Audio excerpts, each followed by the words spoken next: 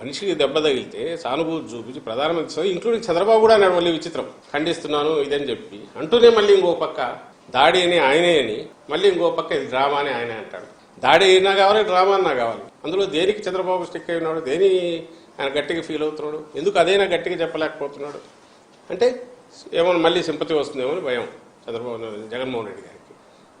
ఇలాంటి వీళ్ళ డ్రామాలు వీళ్ళకున్నాయి అలవాటు. ఇప్పుడు కూడా వాళ్ళు డ్రామాలు వేస్తున్నారు, నటిస్తున్నారు.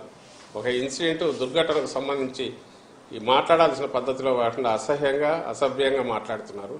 అండ్ వాళ్ళ విచక్షణకు వదలడానికి కూడా లేదు, జనం కూడా అది గమనిస్తున్నారు అనే విషయం మీడియా ద్వారా తెలియజేస్తారు. అదే దానికి ఆన్సర్ ఇవ్వాలన్నా కూడా ఇబ్బందికరమైంది. ఎందుకంటే ఎన్నికలు వచ్చినప్పుడు ఎందుకు జరుగుతున్నాయి, ఇంకొకప్పుడు ఎందుకు జరగలేదు అంటే అసలు అట్లా జరిగించుకొని చేయించుకోగలరు ఎవడన్నా? పవన్ కళ్యాణ్ అట్లా చేయించుకుంటాడా? ఒక కత్తి తీసుకొని పొడుచుకోవడము లేక ఇంకొక రాయితో కొట్టించుకోవడమో చేయగలడా? ఆ పవన్ కళ్యాణ్ తన అభిమానంతో ఎవరితో దూరం నుంచి కొట్టించుకోవచ్చు కదా, ఎక్కడ తగలాలని చూసుకొని గురి పెట్టి కొట్టించుకోవచ్చు కదా. జరుగుతుంది, అది సాధ్యమేనా? అతనికి ఏం మాట్లాడాలనో అర్థం కావట్లేదు. తను మాట్లాడేది ఇక్కడ ఎవరు మేము అప్పీల్ చేసినా లేక ఆపోజిషన్ వాళ్ళు చేసినా ప్రజలకే చెప్పాలా, ప్రజల విచక్షణకే ప్రజల వాళ్ళకే అప్పీల్ చేయాలి. మేమేమో జరిగింది ఇది, ఎవరు అటాకరో తెలియాలి, ఈ దాడి జరిగింది లేదా వెనక పర్పెట్రేటర్స్ ఎవరన్నా ఉంటే అదన్నా బయటకు రావాలి మేము అడుగుతున్నాం. వాళ్ళేమో వాళ్ళు అదే డిమాండ్ చేయొచ్చు, నిజంగా వాళ్ళు నిజాయితీ పర్లేదు. అది వదిలేసి డ్రామా అనే దాంతో వాళ్ళు వెళ్తున్నారు.